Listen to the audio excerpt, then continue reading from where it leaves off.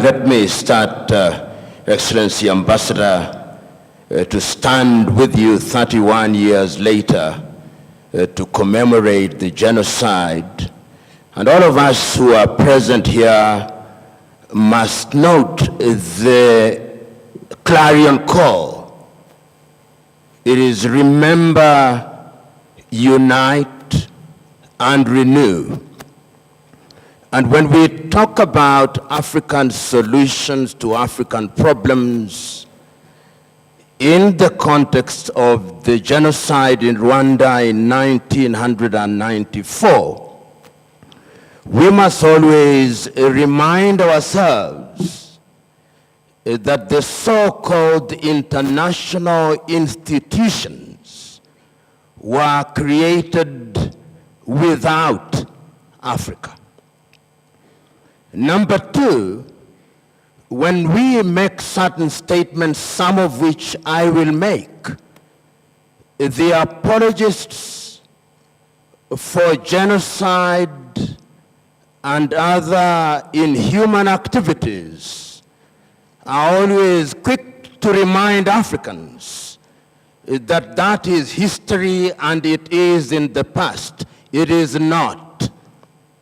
The problems that we have in Africa today are partly, and I dare say, largely a byproduct of the partition of Africa in 1884 and 1885 in Berlin, Germany.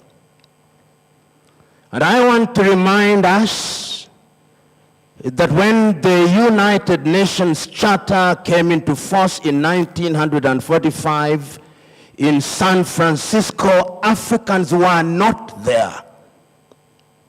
When the Universal Declaration of Human Rights came into force in 1948 in Paris, Africans were not there.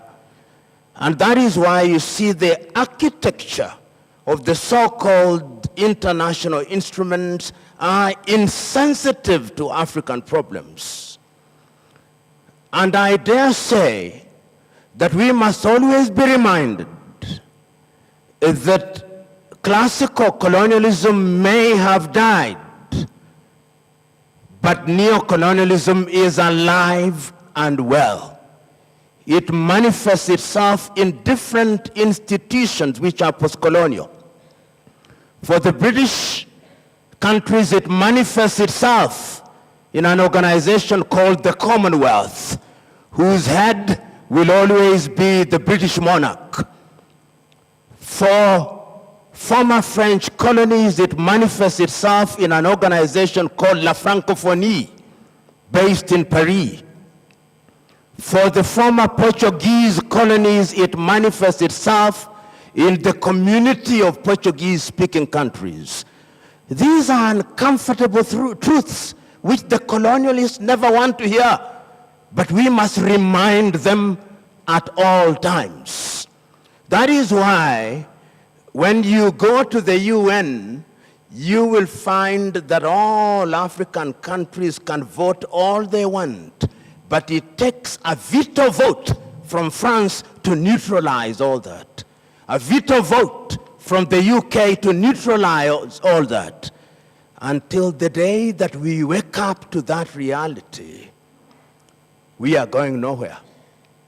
And I want to tell the Rwandans that when the genocide took place and the international community was silent, for a period of 31 years they were laboring under guilt. They now believe that time has healed that guilt. That is why the sanctions are now coming. It is payback time. You made us feel guilty. We must now pay back. That is how the Belgians are so brazen that when they are invited to the Democratic Republic of Congo, they are coming back again. And they were the authors of the problem. They were the ones who were measuring the size of people's noses. That is the reality. And we in the African continent, unfortunately, are also laboring under inferiority complex, which was inculcated into us through the colonial project. We are the only continent in the world that still refers to ourselves as Anglophone, to mean that we are English speaking. Francophone, to mean that we are French speaking. Lusophone, to mean that we are Portuguese speaking. That is how pathetic our attitude towards ourselves is. And I'm suggesting to us that until the day that we mentally liberate ourselves, we are never going to solve our problems. When you tell the Rwandese, the Tutsi in Congo that they are not Congolese, who are they? Who are they? They are Congolese. What made them Congolese was that somebody sat in Berlin and drew a line and created Belgian Congo. When you tell, as Julius Nyerere said, when you are telling them to go, are you also telling them to go with the land? These are the realities. And I want us to remember, we Africans and our friends of goodwill, that the international, so-called international architecture is still psychologically, ideologically, and philosophically arrayed against the continent of Africa. The joy of Europe, unspoken, is an Africa that is disorganized, at war, and that does not function. It is only us who can save ourselves by ensuring that we begin to provide solutions to our own problems. When ICTR in Rwanda was going through the mechanics of trying the perpetrators of the genocide, they were spending money in the billions without solving the problems. It took the administration of the RPF in Rwanda to come up with a gashasha to solve the problem. But we don't see that being reported. No, it is ICTR. Rwanda demonstrated to the world that we can do it ourselves. Right now, we have an organization called the African Union. Its greatest claim to fame is that it is funded externally, funded by European NGOs, funded by European governments, and lately the Chinese. The old English saying is true: he or she who pays the piper calls the tune. As long as we are being funded, we will never be independent. And I'm suggesting that the AU must step up. How can it be that African problems are mediated in Qatar? How can it be that African problems are mediated in Istanbul? How can it be that African problems are mediated in Paris and in Munich? These are the painful questions that we must ask. East African community, as I speak now, is crumbling. There is war in Sudan, war threatened in South Sudan, in the Democratic Republic of Congo, in Somalia. And yet we hear that when the chips are down, some of our leaders call Macron. How can a slave call a former slave master to tell him or her how to get out of slavery? We are our own source of problems. And the time is now that we in the African continent must ask ourselves what we can do. I'll not belabor the issue. I'll conclude in 3 minutes. We must ask ourselves, what are our institutions doing? How can it be that in the DRC problem, Luanda starts a process. Nairobi starts a process. We meet in Dar es Salaam. We disagree. The president of Angola withdraws. The Kenyans are talking at cross purposes. The EAC and SADC cannot agree. And one day we see our president sitting in Qatar. How can it be? How can it be?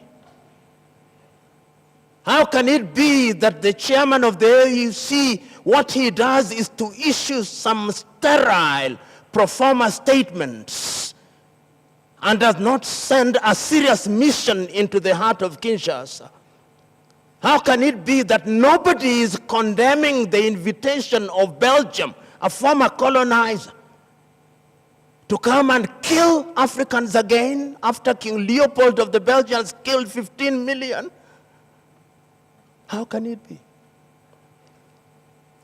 So, ladies and gentlemen, until the day that we of the African extraction remember that the interest of the conceptual West and other players too is to do what is in their best interest. Today, when you listen to any international media, whether it's Al Jazeera, Al Arabiya, CGTN, Sky TV, TV France, or the BBC, or the CNN, DRC occupies less than 30 minutes, 30 seconds rather. Sometimes even when they are dealing with the weather, there is no weather in Africa. They don't talk about weather in Africa. If you don't define yourself, you'll be defined by others. So in conclusion, what am I suggesting? I'm suggesting that what was experienced in Rwanda should be a lesson to the entire continent of Africa. As we speak now, we know, and my good friend talked about those who are denying genocide. There are people, and I've been at forums where there are people talking about revisiting what happened in Rwanda with a view to concluding what they started. What are we doing about it? What are we doing as regional communities, EAC and SADC, to ensure that we fund our affairs? What are we doing about international justice? Why is it that the ICC does not see Europeans and Americans who have caused deaths in the Middle East, whatever the Middle East is? I've always wondered, why is it Middle East? There is no Northeast or Southeast. Who created it? But the truth is, ICC is created, and somebody has said it is for Africans. That is why you can have a warrant of arrest against anybody else. They'll not be arrested. It's against weak countries. At least Philippines falls in that category. Their former president is there.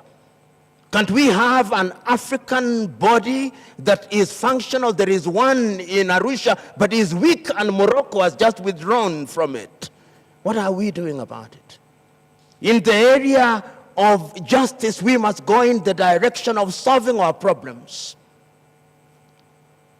Number 3, what are we doing to ensure that the next generation of Africans are taught about these things? Are we teaching about EAC, about SADC, about ECOWAS, about the Sahel, about the Horn and the Maghreb in our schools? What are we teaching about history in our schools? When we talk about genocide, what is the AU doing about it? Or is about meetings and conferences and workshops and symposia sponsored by European NGOs? Ladies and gentlemen, I'm telling you what you know. Wisdom requires that I do not belabor the issue. The concluding remark is that we Africans must now ensure that we begin to de-emphasize the Berlin boundaries. My good friend, the former foreign minister of Tanzania, Palamagamba Kabudi, at a conference told Tanzanians, tell me, in which African border do we not have the Maasai in Kenya and in Tanzania? Where do we not have the Wahaya in Tanzania and in Kenya? Where do we not have the people, the Wanyamwezi in Mozambique and in other parts of Africa? That is the reality of Africa. We must not give practical meaning to the partition of Africa. We must not give meaning to the British model of colonization, divide and rule. We must not give meaning to the French method of rule of assimilation. We must not give meaning to the Portuguese style of destroying our psyche and building the mulattoes to lord it over others. Fellow Africans and friends of goodwill here, until the day that we wake up and begin to do things ourselves, we are going nowhere. Others are beginning to do it. Go to Asia now, like them or hate them. The Chinese are doing their things. Like them or hate them, the Indonesians are doing their things. Like them or hate them, the Vietnamese are doing their things. Like them or hate them, the Indians are doing their things. Like them or hate them, the Brazilians are doing their things. The time is now for us to do our things. Only then will we be at the dinner table of civilization and humanity, not as waiters, but as diners. God bless you. Thank you very much.